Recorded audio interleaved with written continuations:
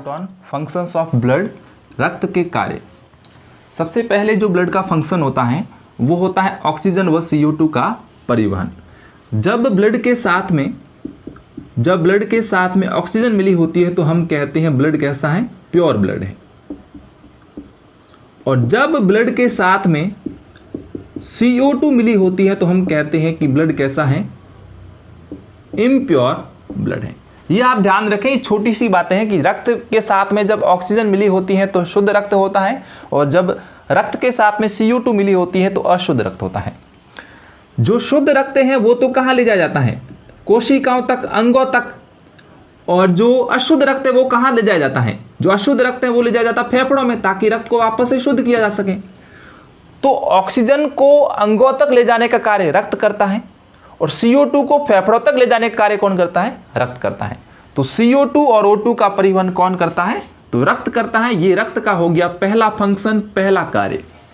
दूसरा फंक्शन है रक्त का पोषक तत्वों का परिवहन। हमारे शरीर के अंदर भोजन का डाइजेशन होता है। हमारे शरीर के अंदर भोजन का क्या होता है, डाइजेशन होता है, पाचन होता है, और पाचन के परिणाम स्वरूप हमारे शरीर के अंदर क्या बनते हैं, पोषक तत्व बनते हैं। तो इन पोषक तत्वों का अवशोषण कौन कर देता है, रक्त कर देता है। इन पोषक तत्वों का अवशोषण कौन कर देता है, रक्त कर देता है। और उसके बाद इन पोषक तत्वों का परिवहन भी कौन करता है, रक्त करता है। परिवहन कहां तक करता है, तो विभिन्न अंगों तक परिवहन करता है। ये दूसरा फंक्शन हो गया रक्त का।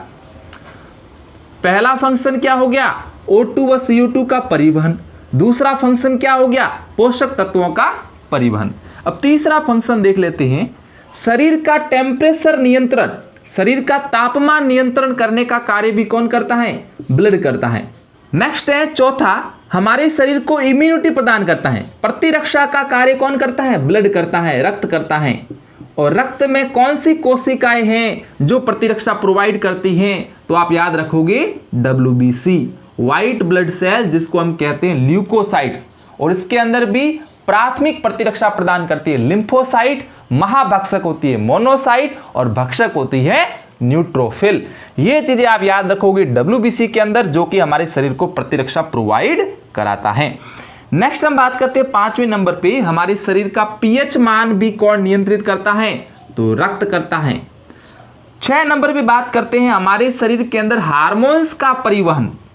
हमारे शरीर के अंदर कई प्रकार की अंतःस्रावी ग्रंथियां होती हैं, जो पिनियल ग्रंथि से लेकर वृषण ग्रंथि तक रहती हैं, जो विभिन्न प्रकार के अलग अलग हार्मोन सर्कुलेट करते हैं डायरेक्ट किसके अंदर, रक्त के अंदर।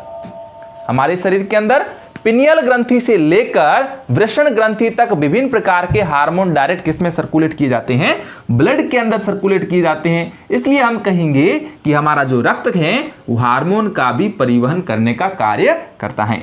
नेक्स्ट 7वें नंबर पे बात करते हैं हम, जो उत्सर्जी मटेरियल होते हैं, उत्सर्जी मटेरियल का भी परिवहन कौन करता है, ब्लड करता है। उत्सर्जी मटेरियल फॉर एग्जांपल के तौर पे आप याद रख सकते हो कार्बन डाइऑक्साइड। कार्बन डाइऑक्साइड क्या है, अपशिष्ट तो है, हमारे शरीर में इसका कोई महत्व नहीं है, इसलिए वो क्या होता है, वो उत्सर्जी पदार्थ होता है, वो एक अपशिष्ट होता है। उसका परिवहन किसके द्वारा होता है, ब्लड के द्वारा होता है।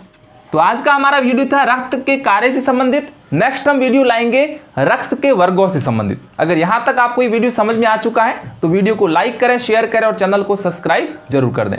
लगातार हमारे साथ जुड़ने के लिए आपका बहुत बहुत धन्यवाद।